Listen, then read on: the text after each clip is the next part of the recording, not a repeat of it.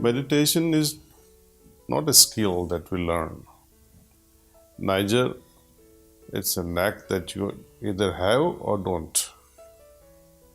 I would like to propose that meditation is something very natural to us. It is something that we already know and even something that we already do.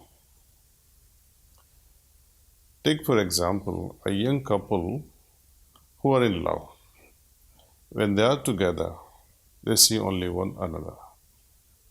They don't care about so many things that are happening around them.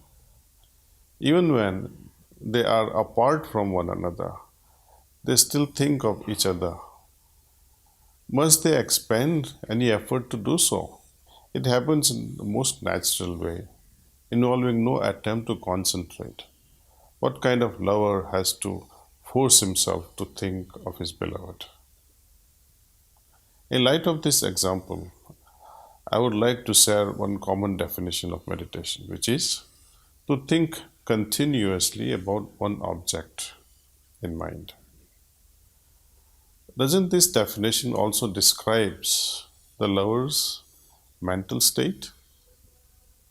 Now, according to this understanding of meditation, everybody meditates, though each person meditates on different objects, on different ideals.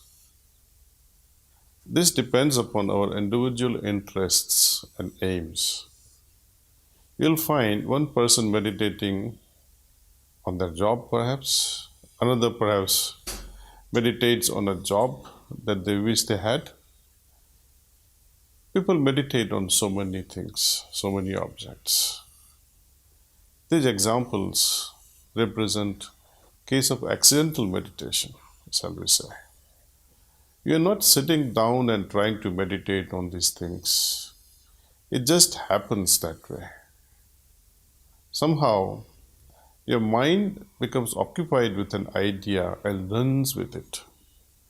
Do we really choose these objects?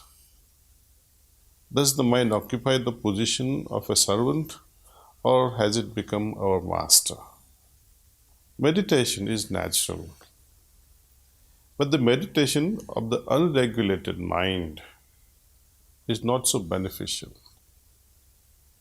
It does not transport us from restlessness to peacefulness, or from dissatisfaction to contentedness, from disturbance to stillness, from passion to compassion, or from selfishness to selflessness, or from heaviness of the heart to the lightness.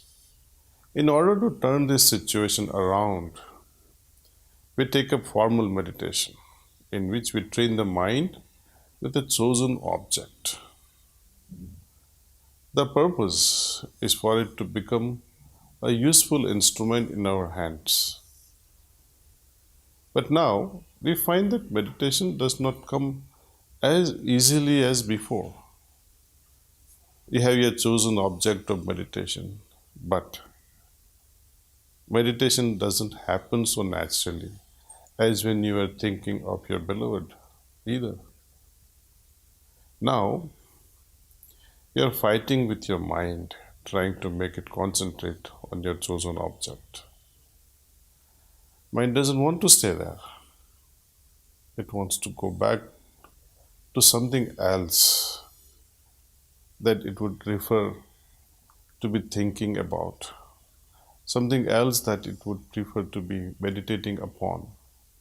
Most meditators commonly find this problem: gusts of thoughts, rushing of thoughts, tornadoes, storms of thoughts going around in the mind during meditation. Because of this, people often think that meditation is a form of concentration and it must happen.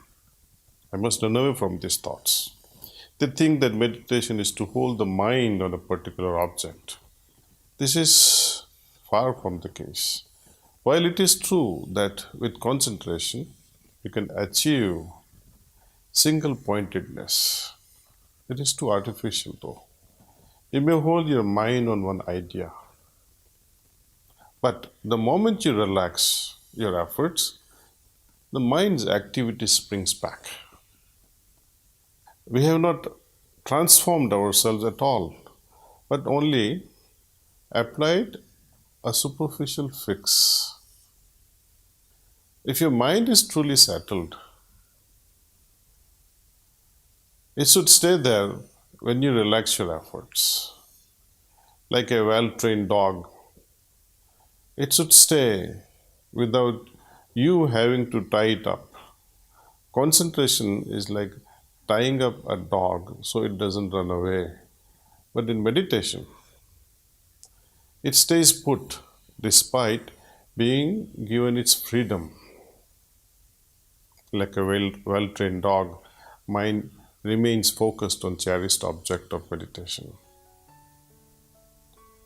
This happens in the most natural way when we meditate with yogic transmission, or pranahuti as we call it in Sanskrit.